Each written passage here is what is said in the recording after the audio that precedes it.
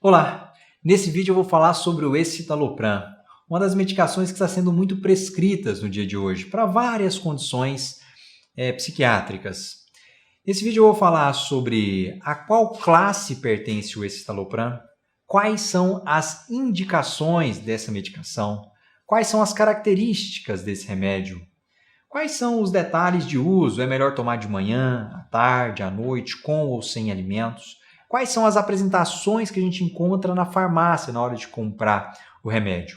Situações especiais, crianças, adolescentes, mulheres grávidas, mulheres que estão amamentando, podem utilizar o escitalopram ou não? Quais são os efeitos colaterais? Por fim, quais são as vantagens e desvantagens do escitalopram? Meu nome é Danilo Borges, sou médico psiquiatra e hoje eu vou falar sobre esse remédio. Mas antes, se inscreva no canal, deixe seu like e ative o sininho de notificações. Isso é importante para que eu continue produzindo mais e mais vídeos para te ajudar e ajudar outras pessoas aí que se interessam pelo conteúdo de saúde mental.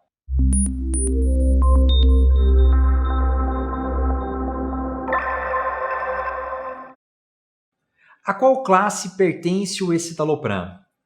O escitalopram pertence a uma classe de medicações, uma família de remédios que a gente dá o nome de inibidores seletivos da recaptação de serotonina, junto com outros remédios como sertralina, fluoxetina, fluvoxamina, citalopram, paroxetina. Essa classe de remédios a gente dá o nome de inibidores seletivos da recaptação de serotonina. Então, como é que eles vão atuar? Como é que o escitalopram atua? Ele vai aumentar a disponibilidade de serotonina entre um neurônio e outro, regulando, portanto, ali quadros emocionais, como um quadro depressivo, quadros ansiosos. E aí surge a outra questão. Para quem ou quais condições o escitalopram ele é utilizado ou ele é indicado? O mais clássico, como o próprio nome sugere, é para transtorno depressivo maior, a depressão, mas não só essa condição. A gente pode utilizar o escitalopram para transtorno de ansiedade generalizada, transtorno de pânico, transtorno de ansiedade social, que seria a fobia social, transtorno de estresse pós-traumático, transtorno obsessivo-compulsivo, transtorno disfórico pré-menstrual. Então, existem essas condições e outras condições que a gente pode utilizar o escitalopram. E quais são as características do escitalopram?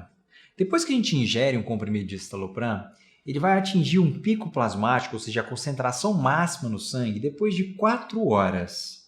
E ele vai permanecer no organismo, a gente fala meia-vida, que é o tempo que o remédio leva para ser eliminado do organismo, vai levar de 27 até 32 horas, ou seja, mais do que 24 horas. Isso é interessante porque garante que somente com uma tomada o remédio vai ficar no sangue mais do que 24 horas, né? Uma tomada só por dia basta. Um outro detalhe que muitas vezes surge é assim, Danilo, então se atinge o pico com 4 horas e ele dura ali 27 até 32 horas no sangue, então eu posso tomar ele e ele vai fazer o efeito rápido. Bom, o efeito terapêutico do remédio vai demorar 2, 3 semanas para começar a fazer o efeito. Então é um tanto quanto demorado. Leva um tempo até o remédio exercer o efeito que a gente deseja para melhorar os quadros, né, dos transtornos mentais, aí, como a depressão, TAG, pânico. É interessante a gente ver também como é que a gente vai encontrar esse remédio na farmácia. O de marca seria o remédio que a gente chama de Lexapro, mas a gente tem Esc, Êxodos, Espran, tem Essene, Esilex, são várias apresentações que a gente tem hoje no mercado. E como é que a gente encontra as doses? A gente tem o comprimido de 10, 15 e 20 miligramas. E tem uma apresentação que é gotas, que é 20 miligramas por ml, em que cada gota equivale a 1 miligrama. Isso é importante, a apresentação gotas, porque às vezes a gente quer aumentar de forma bem lenta para o paciente não ter efeitos colaterais ou o mínimo possível de efeitos colaterais, e a apresentação gotas, nesse caso, ela é muito útil. Danilo, qual que é o melhor horário de tomar o remédio? Bom, o escitalopram ele pode ser tomado com ou sem alimentos, não vai alterar o efeito dele, e ele pode ser tomado de manhã à tarde ou à noite. Então não tem um horário muito específico, assim, você tem que tomar esse horário. Lógico, o recomendado é que a partir do momento que comece a tomar, suponhamos de manhã, todos os dias tome o mesmo horário pela manhã. E aí fala assim, então como é que eu vou saber qual que é o melhor horário?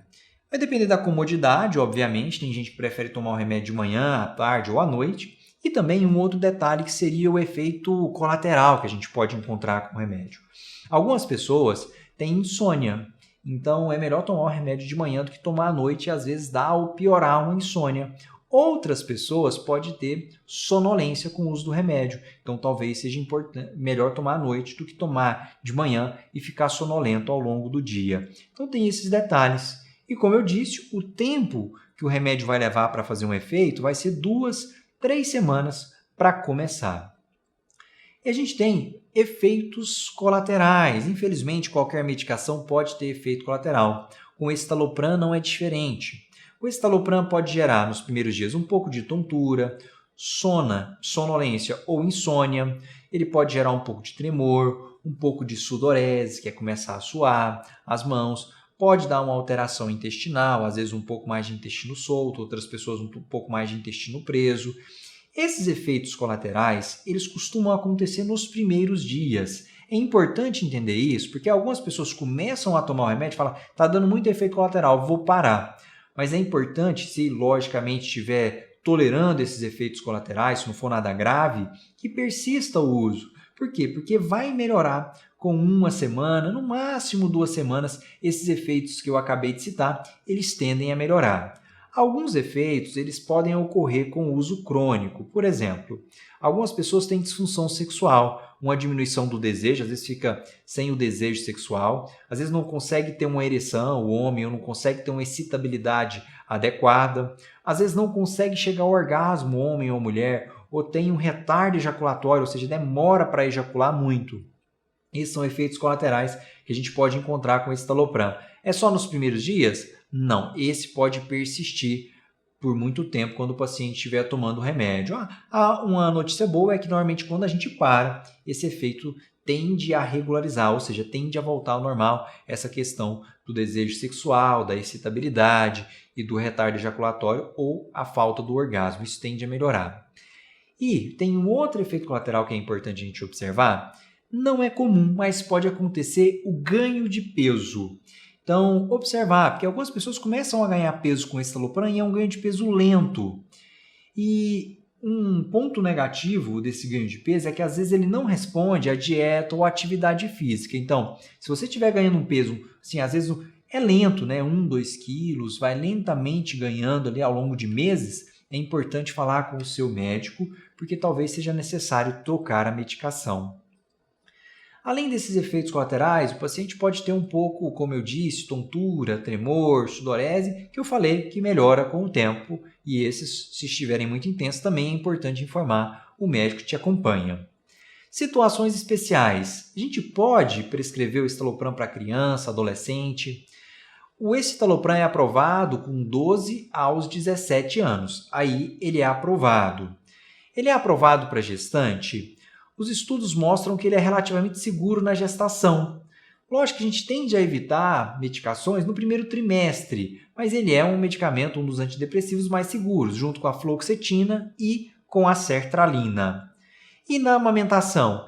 Na amamentação, ele pode sim passar ali no leite materno. Então, se a criança está ficando mais irritada, sonolência, com a dificuldade de sugar o leite, aí a gente talvez tenha que suspender ali durante a amamentação ou trocar por algum outro remédio, como sertralina, que é aprovado sim durante a amamentação. Quais são as vantagens do escitalopram, Danilo, já que a gente tem tantos antidepressivos assim? O escitalopram é um remédio excelente para aqueles pacientes que estão tomando muitos remédios, outros remédios para pressão, para diabetes. Por quê? Porque o escitalopram ele tem pouca interação medicamentosa. Então, para aquele paciente idoso que está tomando vários remédios, ou outro paciente jovem que toma outros remédios, é uma excelente escolha. Um outro detalhe do escitalopram que funciona como uma excelente escolha. Ele tende a responder mais rápido, ou seja, fazer um efeito mais rápido do que outros antidepressivos, com menos semanas. Lógico, eu também tenho que esperar ali 1, 2, 3 semanas para fazer o efeito, mas ele tende a fazer um efeito mais rápido do que outros antidepressivos.